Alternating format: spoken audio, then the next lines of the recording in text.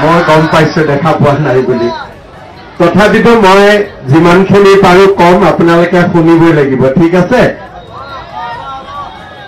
শ্ৰদ্ধাৰ ৰাইজ আজি শাৰদীয় দুৰ্গা পূজাৰ মহা পঞ্চমী অহাকালি দেৱী দুৰ্গা আমাৰ পৃথিৱীলৈ নামি আহিব মই প্ৰাৰ্থনা কৰিম যাতে মা দুৰ্গাই আমাক সকলোকে সকলো পৰিয়াল সকলো ব্যক্তিৰ জীৱনলৈ শান্তি লৈ আহে সমৃদ্ধি লৈ আহে আৰু আমাৰ ৰাজ্যখনৰ সকলোকে যাতে আশীৰ্বাদ কৰে আজিৰ সভাত উপস্থিত অসম চৰকাৰৰ নগৰ উন্নয়ন বিভাগৰ মন্ত্ৰী জয়ন্ত মল্ল বৰুৱা ডাঙৰীয়া গুৱাহাটী লোকসভা সমষ্টিৰ সাংসদ বিজুলী কলিতা মেধি ডাঙৰীয়ানী দিছপুৰ সমষ্টিৰ সন্মানীয় বিধায়ক অতুল বৰা ডাঙৰীয়া আমাৰ মাজত উপস্থিত লোক নিৰ্মাণ বিভাগৰ আয়ুক্ত সচিব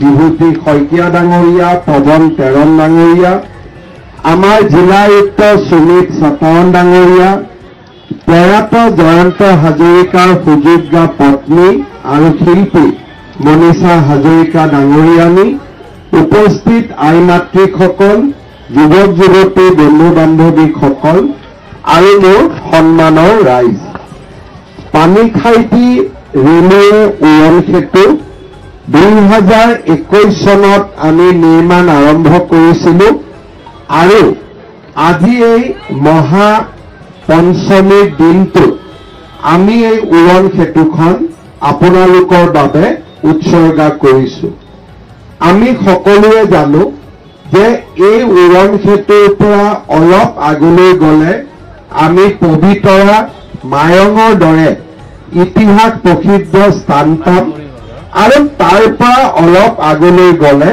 আমি মৰিগাঁও গৈ পাব পাৰোঁ অৰ্থাৎ ৰাষ্ট্ৰীয় ঘাইপথৰ বিকল্প পথ হিচাপে এই পথটি আমি সঘনে ব্যৱহাৰ কৰোঁ আৰু ইয়াত থকা ৰেল গেটখনে এই যাতায়াতৰ ব্যৱস্থাত বাধাৰ সৃষ্টি কৰিছিল আৰু তাৰ বাবে আমি এই উৰণ সেতুখন নিৰ্মাণৰ প্ৰস্তাৱ হাতত লৈছিলোঁ সুৰৰ যাদু আৰু সুমধুৰ কণ্ঠৰে অসমৰ সংগীত জগতত অক্ষয় ছাপ এৰি যোৱা কালজয়ী শিল্পী জয়ন্ত হাজৰিকা দেৱৰ নামেৰে এই নৱনিৰ্মিত উৰণ সেতুখন আজি আমি নামাকৰণ কৰিছোঁ এই বিশেষ মুহূৰ্তত মই পুনৰ এবাৰ প্ৰয়াত জয়ন্ত হাজৰিকাৰ প্ৰতি শ্ৰদ্ধা জ্ঞাপন কৰিছোঁ গুৱাহাটী নাৰেংগী জাগিভকত গাঁও মৰিগাঁও সংযোগী পথটো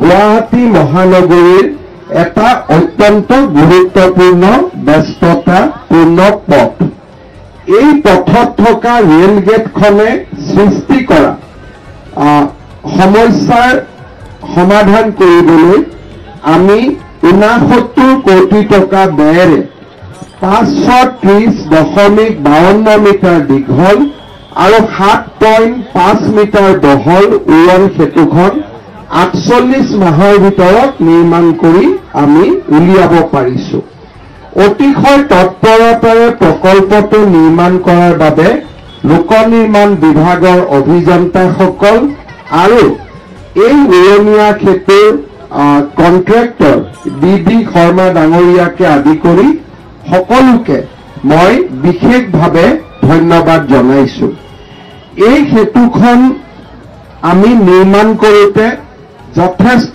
প্ৰতিবন্ধকতাৰ সন্মুখীন হৈছিলোঁ প্ৰকাণ্ড শিলবোৰ কাটি খুঁটাবোৰ নিৰ্মাণ কৰাটো এক ইঞ্জিনিয়াৰিং চেলেঞ্জেছ আছিল অভিযান্ত্ৰিক প্ৰত্যাহ্বান আছিল কিন্তু আমি অত্যন্ত আনন্দিত যে আমাৰ বিভাগৰ বিষয়া অভিযন্তা আৰু আমাৰ কন্ট্ৰেক্টৰসকলৰ প্ৰচেষ্টাত এই প্ৰত্যাহ্বান আমি গ্ৰহণ কৰি আজি এই উৰণ সেতুখন আপোনালোকৰ বাবে অৰ্পণ কৰিছোঁ এই উৰণ সেতুখন আমি প্ৰয়াত শিল্পী জয়ন্ত হাজৰিকাৰ নামেৰে নামাকৰণ কৰিবলৈ পাই নিজকে ধন্য মানিছোঁ সুললিত কণ্ঠৰে অসমীয়া সংগীত জগতলৈ অনবদ্য বৰঙণি আগবঢ়াই যোৱা শ্ৰদ্ধাৰ শিল্পী জয়ন্ত হাজৰিকাৰ জন্ম হৈছিল 1942 চনৰ 20 ছেপ্টেম্বৰত মঙলদৈ।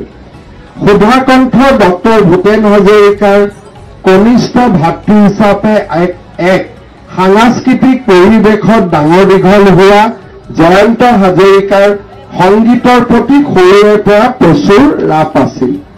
1962 চনত কলিকতাত তেখেতে XMV কোম্পানীত দুটা গীত বাণীবদ্ধ কৰি সংগীতৰ জগতখনত নিজৰ যুগজয়ী যাত্ৰাৰ আৰম্ভণি কৰিছিল।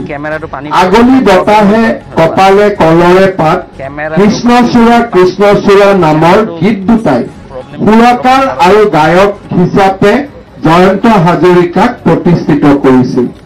1963 চনত মণিৰাম দেৱান কথাছবিতো তেখেতে গীত গাইছিলে। অসংখ্য জনপ্ৰিয় গীতৰ গায়ক জয়ন্ত হাজৰিকা সেই সময়ত ডেকাচামৰ বাবে এজন ৰকষ্টাৰ আছিল। কেইবাখনো মঞ্চ নাটত সুৰ দিয়াৰ উপৰিও জয়ন্ত হাজৰিকাই বনৰীয়া ফুল, বৃষ্টি, ধৰ্মকায় আৰু নতুন আশা এই 4খন পূৰ্ণদৈৰ্ঘ্যৰ কথাছবিৰ সংগীত পৰিচালনা কৰিছিল। The light full of nature, guide of nature আদি কেইবাখনো তথ্যচিত্ৰৰো তেখেত সংগীত পৰিচালক আছিল। লখিমী থিয়েটাৰৰ নামেৰে এটি ভ্ৰাম্যমান নাট্যগোষ্ঠীৰ সংগীত পৰিচালনাৰ লগত জয়ন্ত হাজৰিকা জড়িত আছিল।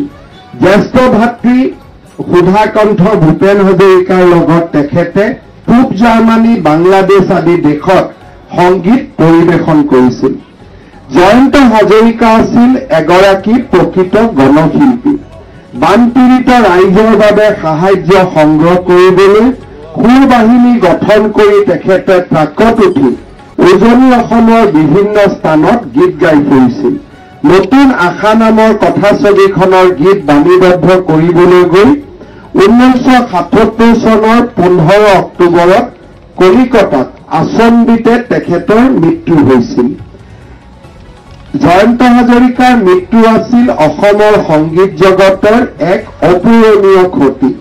নাতিদীৰ্ঘ জীৱনকালত জয়ন্ত হাজৰিকাই যাদুকৰী কণ্ঠ আৰু হৃদয় জুৰুৱা সংগীতেৰে আমাক দি যোৱা কালজয়ী গীতসমূহে সময়ৰ পৰিধি চেৰাই আজিও সমানেই জনপ্ৰিয়। ব্যক্তিগতভাৱে মোৰ কোনোবা এটা নিশা পাৰ নহয় যিটো নিশা মই জয়ন্ত হাজৰিকাৰ কোনোবা নহয় কোনোবা গান এটা আজিও নুশুনো। অৰ্থাৎ জয়ন্ত হাজৰিকাৰ গানে আজিও অজস্ৰজনক মোহিত কৰে, অজস্ৰজনক সন্মোহিত কৰে। মই আজি অত্যন্ত আনন্দিত যে গুৱাহাটীৰ প্ৰৱেশ দুৱাৰত এই সুন্দৰ উৰণীয়া সেতুখন আমি জয়ন্ত হাজৰিকাৰ নামেৰে আমি নামাঙ্কিত কৰিবলৈ সক্ষম হৈছো। আমাৰ ৰাজ্যত লোক নিৰ্মাণ বিভাগে যোৱা কেইটামান বছৰত অজস্ৰ নতুন অভিযান্ত্ৰিক কীৰ্তিমান স্থাপন কৰিবলৈ সক্ষম হৈছে। আমাৰ চৰকাৰে দায়িত্ব লোৱাৰ সময়ত আমি গুৱাহাটীৰ ছুপাৰ মাৰ্কেটৰ উৰণ সেতুখন মুকলি কৰিছিলোঁ। 2022 চনত আমি আৰ্যনগৰত, 2023 চনত মালিগাঁৱত আৰু আৰজি বৰুৱা সেতুৰ ওপৰত আমি শ্ৰদ্ধাঞ্জলি উৰণ সেতু নিৰ্মাণ কৰি উলিয়াইছিলোঁ।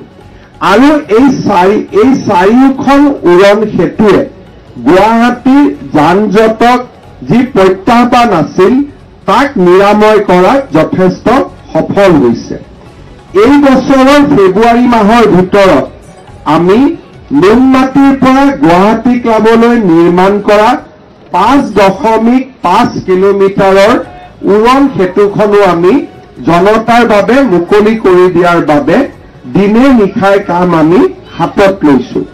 গুৱাহাটী আৰু উত্তৰ গুৱাহাটীৰ মাজত আমি নিৰ্মাণ কৰা 6 লেন এক্সট্ৰা ড'জ PSC আমাৰ যিখন ব্ৰহ্মপুত্ৰৰ ওপৰত আমি ব্ৰিজ নিৰ্মাণ কৰিছো তাকো আমি জানুৱাৰী মাহত প্ৰধানমন্ত্ৰী ডাঙৰীয়াৰ কৰ কমলেৰে শুভাৰম্ভ কৰিবলৈ সিদ্ধান্ত লৈছো। তাৰ উপৰি ভৰলুমুখৰ ওপৰতো আমি আন এখন উৰণীয়া সেতু আৰু চাইকেল ফেক্টৰীৰ পৰা লাল গণেশলৈ আন এখন উৰণীয়া সেতু আমি নিৰ্মাণ কৰিছো।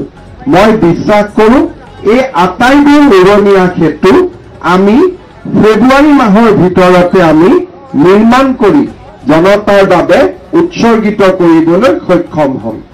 আমাৰ লোক নিৰ্মাণ বিভাগে ব্ৰহ্মপুত্ৰৰ ব্ৰিজৰ লগতে গৌৰীপুৰত এটা ইণ্টাৰচেঞ্জৰ ওপৰত ট্ৰাম্পেড এটা নিৰ্মাণ কৰিছে। ই এটা সাংঘাতিক অভিযান্ত্ৰিক আৰ্কিটেকচাৰেল এটা ডেমনষ্ট্ৰেশ্যন হ'ব। গুৱাহাটীৰ গৌৰীপুৰৰ কাষত ব্ৰহ্মপুত্ৰৰ নতুন দলঙক সংযোগী কৰি বৰ্তমানে আমি নিৰ্মাণ কৰা ট্ৰাম্পেড, যিখন আমি জুলাইত উদ্বোধন কৰিব পাৰিম, সি আমাৰ যাতায়াত বা কমিউনিকেশ্যনৰ ওপৰত থকা ধাৰণাটোত এটা বৈপ্লৱিক পৰিৱৰ্তন আনিবলৈ সক্ষম হ'ব। ৰাজ্যখনত আমি কেইবাটাও প্ৰত্যাহ্বানমূলক কাম হাতত লোৱাৰ বাবে আগবাঢ়িছো। গুৱাহাটীৰ ৰিং ৰোড, নাৰেংগী কুৰুৱাৰ দলঙৰ কাম আৰম্ভ হোৱাৰ লগে লগে মই আশা কৰোঁ যে খুব কম সময়ৰ ভিতৰতে কেন্দ্ৰীয় চৰকাৰে কাজিৰঙাৰ ওপৰত 32 কিলোমিটাৰৰ এখন উৰণ সেতুক অনুমোদন জনাব, যি বাৰিষাৰ সময়ত যি আমাৰ জন্তু বা গড় হাতীৰ মাইগ্ৰেশ্যন হয়, ট্ৰাকৰ খুন্দাত বহু জন্তু নিধন হয়, আমি তাক ৰক্ষা কৰিব পাৰিম।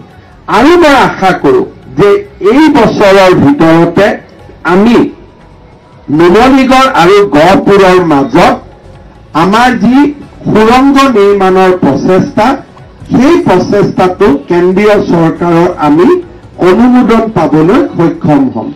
সমান্তৰালভাৱে মৰিগাঁও আৰু দৰঙক সংযোগ কৰি ব্ৰহ্মপুত্ৰৰ ওপৰত আৰু এখন দলং নিৰ্মাণৰ প্ৰস্তাৱো দ্ৰুত গতিত আগবাঢ়িছে। মই আশা কৰোঁ এনেবোৰ প্ৰচেষ্টাই অসমক যাতায়াত আৰু ৰোড কমিউনিকেশ্যনৰ দিশত এটা নতুন দিগন্তৰ সূচনা কৰিব। মই পুনৰবাৰ আজিৰ এই সুন্দৰ দিনটো আৰু সুন্দৰতকৈও আজিৰ এই পবিত্ৰ দিনটোত, মহাপঞ্চমী এটা পবিত্ৰ দিন, এই পবিত্ৰ দিনটোত এটা ৰাইজৰ হকে কাম কৰিবলৈ পাই আমি সকলোৱে গৌৰৱ অনুভৱ কৰিছো। পুনৰ এবাৰ আজিৰ উপস্থিত ৰাইজক মই ধন্যবাদ জনাইছো আৰু মনীষা হাজৰিকা ডাঙৰীয়াকে আদি কৰি উপস্থিত সকলোকে আকৌ এবাৰ ধন্যবাদ জনাইছো। গড়কাপ্তানি লোক নিৰ্মাণ বিভাগৰ বিষয়া, কৰ্মচাৰী, অভিযন্তা সকলোকে ধন্যবাদ জনাই আজিৰ সভাত উপস্থিত ৰাইজক আকৌ এবাৰ মোৰ প্ৰণাম জনাই মই মোৰ বক্তব্য সামৰণি মাৰিছো। ধন্যবাদ। জয় হিন্দ, বন্দে মাতৰম।